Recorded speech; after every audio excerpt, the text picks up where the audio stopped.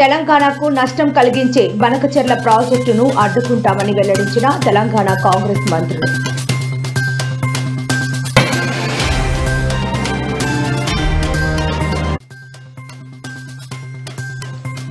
తెలంగాణ ప్రజలకు హెచ్చరిక, high alert ప్రకటించిన వాతావరణ శాఖ.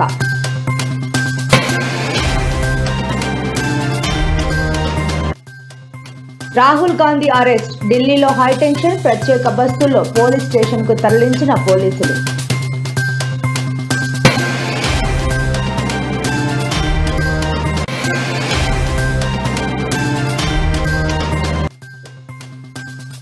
బస్సు ఆపలేదని ఆర్టీసీ బస్సు డ్రైవర్పై మహిళ దాడి, సంచలనం రేపుతున్న వీడియో.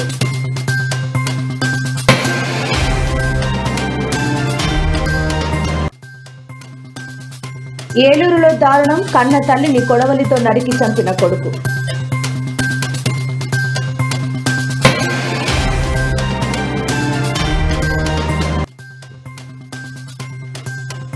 అసమర్థ కాంగ్రెస్ పాలనతో తెలంగాణలో తీవ్ర ఆర్థిక సంక్షోభం నెలకొంది అని మండిపడ్డ కేటీఆర్.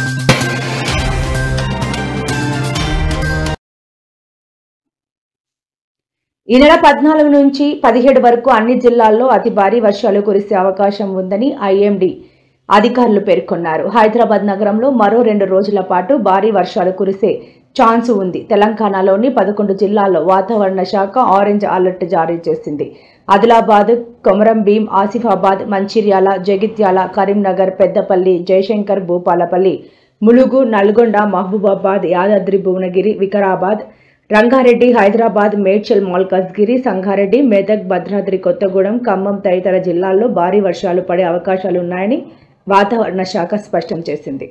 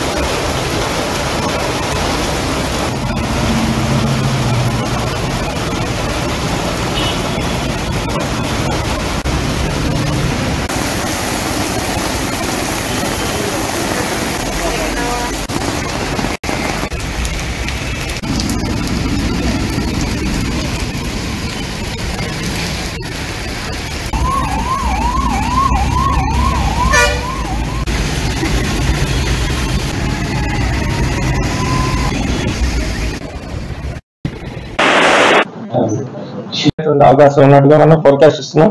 వీటి ప్రభావం చేత మనకి దక్షిణ కోస్తానికి చూసుకుంటే అయితే నెక్స్ట్ కమింగ్ 4 to 5 days వరకు కూడా ఒక మోస్తరు వర్షాలు ఆల్మోస్ట్ మెనీ ప్లేసెస్ లో వచ్చేటువంటి అవకాశం ఉన్నట్టుగా పలు ప్రాంతాల్లో నమోదు చూస్తాం. అత్యధికంగా అయితే ఒంగోలులో అయితే నిన్న 8 సెంటీమీటర్స్ వర్షపాతం. అలాగే నెక్స్ట్ నెల్లూరు జిల్లాలో నుండి కందుకూరు అండ్ వింజం చూస్తే వెళ్ళాల్సిన. అలాగే రాయలసీమలో కూడా కొన్ని జిల్లాలకి భారీ వర్షాలు వస్తున్నట్టుగా మనకి ఎటువంటి వార్నింగ్స్ ఇవ్వడం జరిగింది. Young tiger junior NTR Telangana CM Revanth రెడ్డికి క్షమాపణలు తెలిపారు. కాగా జూనియర్ ఎన్టీఆర్, హృతిక్ రోషన్ నటించిన వార్ 2 ప్రీ రిలీజ్ వేడుక గత రాత్రి హైదరాబాద్ లో ఘనంగా జరిగింది. అయితే ఈ వేడుక అనంతరం తారక్ ప్రభుత్వాన్ని క్షమాపణలు కోరుతూ ఓ వీడియో విడుదల చేశారు. తాను ఇందాక స్పీచ్ లో ఓ ముఖ్యమైన విషయం చెప్పడం మర్చిపోయాను, తనను క్షమించాలి అని కోరారు. ఈ ప్రీ రిలీజ్ ఈవెంట్ ఇంత గొప్పగా సజావుగా జరగడానికి సహకరించిన రాష్ట్ర ప్రభుత్వానికి ప్రత్యేక కృతజ్ఞతలు అన్నారు. CM Revanth Reddy, deputy CM బట్టి విక్రమార్కకు, తెలంగాణ పోలీస్ డిపార్ట్మెంట్ కు ధన్యవాదాలు తెలియజేశారు.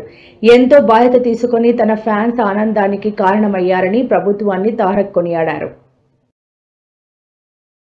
అందరికీ నమస్కారం. ఇందాక ఒక ముఖ్యమైన విషయం చెప్పడం మర్చిపోయాను, నన్ను క్షమించాలి. అభిమానులతో ఈ 25 సంవత్సరాల నా జర్నీని పంచుకునే ఆనందంలో ఈ తప్పిదం జరిగింది. ముందుగా తెలంగాణ రాష్ట్ర ప్రభుత్వానికి వారి సహాయ సహకారాలు నాకు అందించినందుకు నా కృతజ్ఞతలు, నా ధన్యవాదాలు. ముఖ్యమంత్రి శ్రీ రేవంత్ రెడ్డి గారికి, ఉప ముఖ్యమంత్రి శ్రీ మల్లు భట్టి విక్రమార్క గారికి, అలాగే హైదరాబాద్ పోలీస్ డిపార్ట్మెంట్ కి, యావత్ తెలంగాణ పోలీస్ డిపార్ట్మెంట్ కి నా కృతజ్ఞతలు శిరస్సు వంచి పాదవందనాలు చేసుకుంటున్నాను. మీకు ఈ సహాయ సహకారాలు మాకు అందించారు. అభిమానుల్ని ఎంతో బాధ్యతగా, ఎంతో అద్భుతంగా వారి ఆనందానికి మీరు కారకులయ్యారు. మీ అందరికీ కూడా ధన్యవాదాలు. Thank you.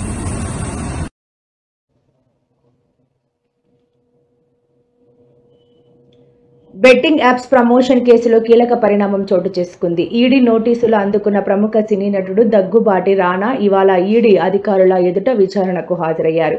ఇదే కేసులో ఇప్పటికే నటుడు విజయ్ దేవరకొండ, ప్రకాష్ రాజులను అధికారులు విచారించి వారి స్టేట్మెంట్లను రికార్డ్ చేశారు.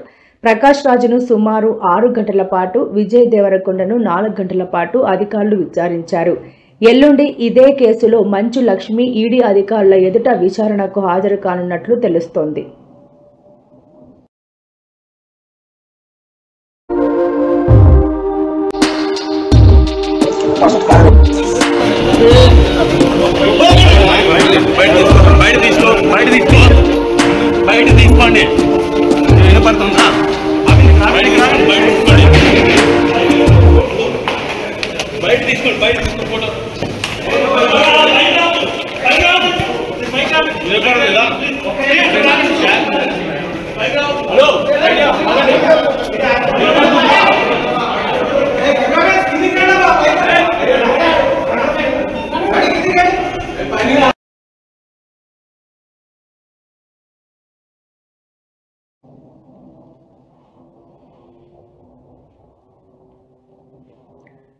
ఆంధ్రప్రదేశ్ ప్రభుత్వం చేపడుతున్న బనకచెర్ల ప్రాజెక్టు వల్ల తెలంగాణకు నష్టం వాటిల్లుతున్నదని, కాబట్టి ఆ ప్రాజెక్టును అడ్డుకుని తీరుతామని మల్లు బట్టి విక్రమార్క, ఉత్తమ కుమార్ రెడ్డి స్పష్టం చేశారు. రాయలసీమ ఎత్తిపోతల పథకం నిర్మాణం కూడా ఏపీ ప్రభుత్వం నిలిపివేయాలని ఆయన డిమాండ్ చేశారు.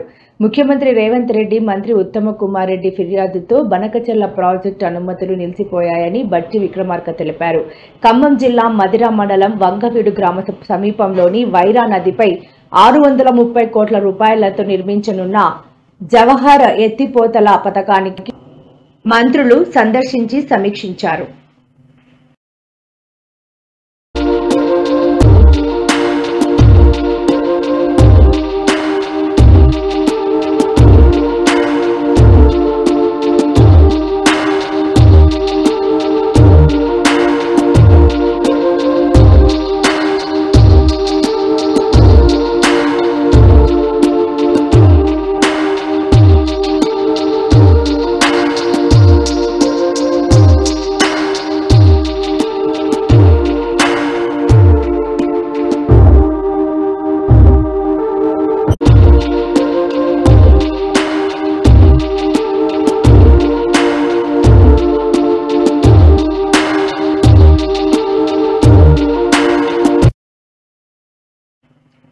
పార్లమెంటు భవనం నుంచి ఎన్నికల సంఘం కార్యాలయానికి ర్యాలీగా బయలుదేరిన కూటమి ఎంపీలను పోలీసులు అడ్డుకున్నారు. లోక్సభ ప్రతిపక్ష నేత Rahul Gandhi, Congress chief Mallikarjun Kharge, Samajwadi party chief Akhilesh Yadav సహా పలువురు కీలక నేతలను అరెస్ట్ చేశారు. ప్రత్యేక బస్సుల్లో వారిని పోలీస్ స్టేషన్కు తరలించారు.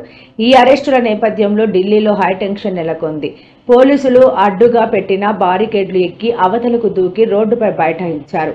దీంతో ఇండియా కూటమి ఎంపీలను పోలీసులు అదుపులోకి తీసుకున్నారు. एक्चुअली बात नहीं कर सकते हैं, रियलिटी ये है क्योंकि सच्चाई देश के सामने है और ये जो लड़ाई है ये राजनीतिक नहीं है, ये कॉन्स्टिट्यूशन की लड़ाई है, कॉन्स्टिट्यूशन को बचाने की लड़ाई है, वन मैन वन वोट की लड़ाई है। इसीलिए हमें साफ प्योर वोटर लिस्ट चाहिए।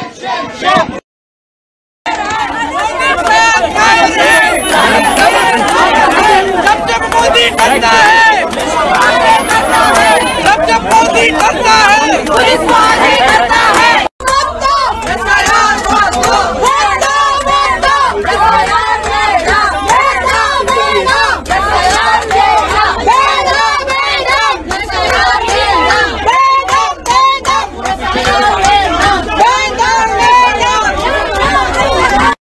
मोदी साहब कायर है, मोदी सरकार कायर है, वोट चोरी बंद करो, बंद करो। चलेगी नहीं चलेगी नहीं चलेगी नहीं चलेगी। वो एक्चुअली बात नहीं कर सकते, रियलिटी ये है, क्योंकि सच्चाई देश के सामने है और ये जो लड़ाई है ये राजनीतिक नहीं है, ये कॉन्स्टिट्यूशन की लड़ाई है। कॉन्स्टिट्यूशन को बचा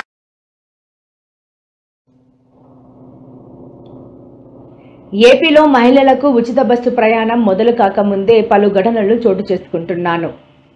ఆర్టీసీ బస్సు ఆపలేదని ఓ మహిళ డ్రైవర్పై దురుసుగా ప్రవర్తించినట్లు వీడియో ఒకటి వైరల్ అవుతోంది. అనంతపురం జిల్లా సర్పాల మండలం నడిమివంక గ్రామం వద్ద బస్సు కోసం మహిళ వేచి ఉంది. అనంతపురం నుండి కళ్యాణదుర్గం వైపు వెళ్తున్న బస్సు ఆపకుండా వెళ్ళింది. దీంతో ఆమె బైకుపై ఓవర్టేక్ చేసి బస్సు ఆపి డ్రైవర్తో వాగ్వాదానికి దిగింది. బస్సు ఎందుకు ఆపలేదని డ్రైవర్ చెంప పగలగొట్టినట్లు చెబుతున్నారు. డ్రైవర్ ఫిర్యాదు మేరకు పోలీసులు కేసు నమోదు చేశారు.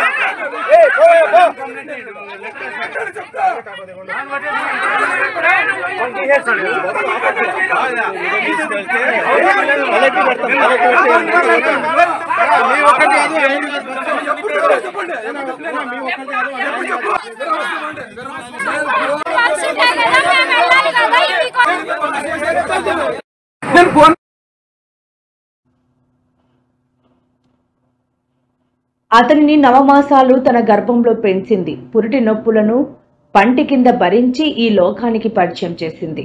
కడుపులో పెట్టుకొని పెంచింది. చివరికి ఆ కొడుకు తల్లిపై కత్తివేటు వేశాడు. రక్తం దారలా కారుతున్నా వదలలేదు. అమ్మ అని గుర్తుందో లేదో, అసలు విచక్షణ ఉందో లేదో, కనీస మానవత్వం మరిచాడో ఏమో. ఒక్కొక్క కత్తివేటు ఆమె గుండెలపైనే కాదు, ఆ వీడియోను చూసిన ప్రతి ఒక్కరిపై పడింది. అందరూ గుండెలను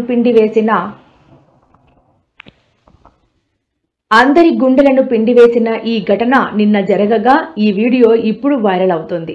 ఏలూరు జిల్లా కొయ్యలగూడెం గ్రామంలో అశోక్ నగర్లో చోటు చేసుకుంది. ఇప్పుడు ఆ తల్లి చావు బతుకుల మధ్య కొట్టుమిట్టాడుతోంది. స్థానికులు తెలిపిన వివరాల ప్రకారం ప్రస్తుతం ఓ ఆసుపత్రిలో చికిత్స పొందుతున్నట్లు సమాచారం.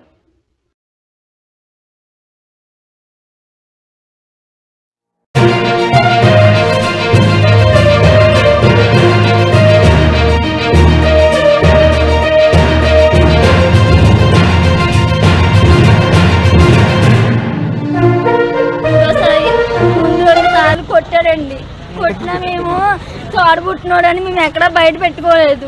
ఒకసారి మా ముందే కర్రచుకుని తలకాయ పగిలేలా కొట్టేశాడు. తలకాయ పగిలిపోయింది, చెయ్యి కట్టినరుగుంది. ఆయనే తీసుకెళ్లి హాస్పిటల్లో స్ఫూర్తి హాస్పిటల్లో పెట్టాడు. తీసుకొచ్చాడు. మళ్ళీ నా దగ్గర పెట్టుకున్నాను. 20 రోజులు చూసిన తర్వాత మనిషి మామూలు అయ్యింది. మళ్ళీ కూరగాయలు వేసుకుంటానమ్మా, ఇంటికి ఉంటే ఎవరు తింటారని కూరగాయలు అమ్ముకునేది. ఇది 3వసారి ఇలాగే నరికేస్తాము. ఎందుకు కొడుతున్నాడో ఏంటో అడిగే తెలియదు. కొన్ని ఏదన్నది మనుషులు మెరుగురులో పెట్టి మాట్లాడుకుని అదని ఇదని చేసుకుంటూ మానేసి అలా చేస్తున్నాడండి. అమ్మగారండి, అన్నయ్య.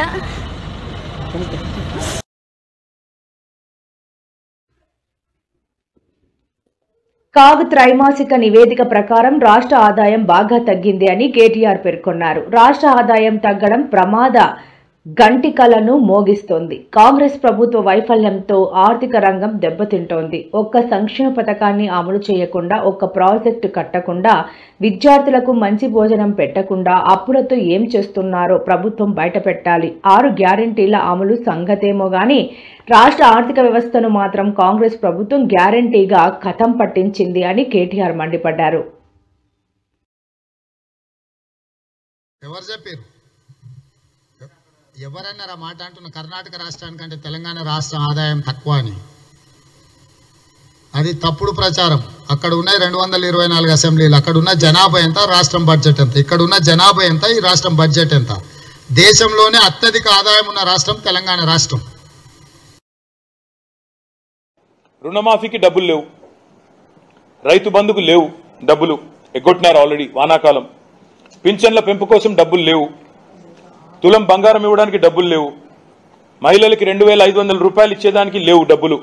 కానీ చాలా విచిత్రం, మహారాష్ట్ర ఎన్నికల్లో సిగ్గు లేకుండా 300 కోట్లతో అడ్వర్టైజ్మెంట్లు ఇవ్వడానికి మాత్రం డబ్బులు ఉన్నాయి. 300 కోట్లని నేను ఊరికే ఆరోపించట్లేదు. 300 కోట్ల తెలంగాణ ప్రజల సొమ్ము నీ అబ్బ సొత్తు అన్నట్టు, మీ రాహుల్ గాంధీ సొత్తు అన్నట్టు ఇవాళ చేయని పనులు చెప్పినట్టుగా దిక్కుమాలిన ప్రచారం. జో కామ్ కియా హీ నహీ తెలంగాణ మే. ఇలా ఎట్లున్నదంటే పొద్దున ఇక్కడికి వచ్చేటప్పుడు ఒక వీడియో చూసిన నేను. పార్టీ మారింది, కొంతమంది మన ఎమ్మెల్యేలు మన పార్టీలోకి గెలిచిన కొంతమంది పోయినారు. పోయినాక సరే పోయిన వాళ్ళు పోయినామని చెప్పుకోవాలి కదా. ఏ పార్టీలు ఉన్నాయా అంటే ఈ పార్టీలు ఉన్నాయని చెప్పుకోవాలి. ఇక్కడికి వస్తే ఆ వీడియో చూసిన విలేకరు అడుగుతాను, ఏ పార్టీలు ఉన్నావు సార్ నువ్వు అంటే, ఏ పార్టీలు ఉండాలో ఆ పార్టీలోనే ఉన్నాను. ఏ పార్టీలు ఉండాలో గా పార్టీలోనే ఉన్నా అంటే, ఏ పార్టీలు ఉండాలో ఆ పార్టీలోనే ఉన్నాను. ఏ పార్టీలు ఉండాలో గా పార్టీలోనే ఉన్నా.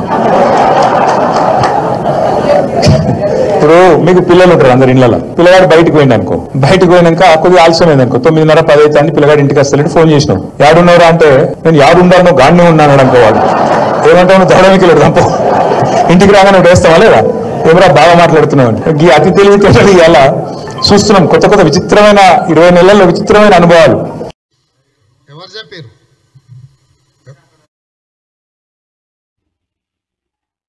ఏపీలో ఓ హృదయ విదారక ఘటన చోటు చేసుకుంది. బంగాళాఖాతంలో ఏర్పడిన అల్పపీడన ప్రభావంతో అతి భారీ వర్షాలు కురుస్తున్న సంగతి తెలిసిందే. కుండపోత వర్షాలకు నదులు కాలువలు ఉప్పొంగి ప్రవహిస్తున్నాయి. ఈ క్రమంలో నంద్యాల జిల్లా ఆలగడ్డ మండలం జంబులదిన్నె గ్రామంలో ఓ విషాద ఘటన చోటు చేసుకుంది. శనివారం గ్రామానికి చెందిన షాజహాన్ అనే యువకుడు నదిలో ఈతకు వెళ్లి మృతి చెందాడు. అయితే నేడు షాజహాన్ అంత్యక్రియలు నిర్వహించే క్రమంలో వారి శ్మశానం నదికి అవతల ఉండటంతో తప్పనిసరి ప్రాణాలు అడ్డుపెట్టి పీకల్లోతు నీటిలో తాబూత్ శవాన్ని ఉంచేది మోస్తూ అవతలి వైపు వెళ్లి అంత్యక్రియలు నిర్వహించారు.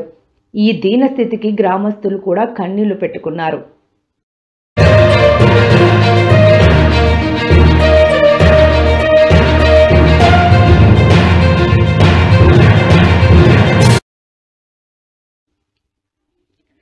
కాకినాడ జిల్లాలో సముద్రం భయాందోళనను కలిగిస్తోంది. పిఠాపురం మండలం న్యూ కొత్తపల్లి వద్ద మళ్లీ సముద్రం భారీగా ముందుకు వచ్చింది. సముద్రంలో కెరటాలు భారీ ఎత్తున ఎగిరిపడుతున్నాయి. తీరం వెంబడి ఉన్న మాయాపట్నంలోనూ సముద్రం ముందుకు వచ్చింది. సముద్రం తాకిడి దెబ్బకు సూరారాంపేట కోతకు గురవుతోంది. అమీనాబాద్ శివారులోని రోడ్డు సైతం కోతకు గురైంది. ఇక్కడ అయితే తొలిసారి సముద్రం ముందుకు వచ్చింది. పల్లెపేట వద్ద సముద్రంలో అలలు ఉధృతి అధికంగా ఉంది. మరో 2 రోజుల పాటు ఇలానే కొనసాగితే చాలా ఇళ్లు సముద్ర గర్భంలో కలిసిపోతాయని ఆవేదన వ్యక్తం చేస్తున్నారు. అధికారులు ముందస్తు చర్యలు చేపట్టాలని కోరుతున్నారు.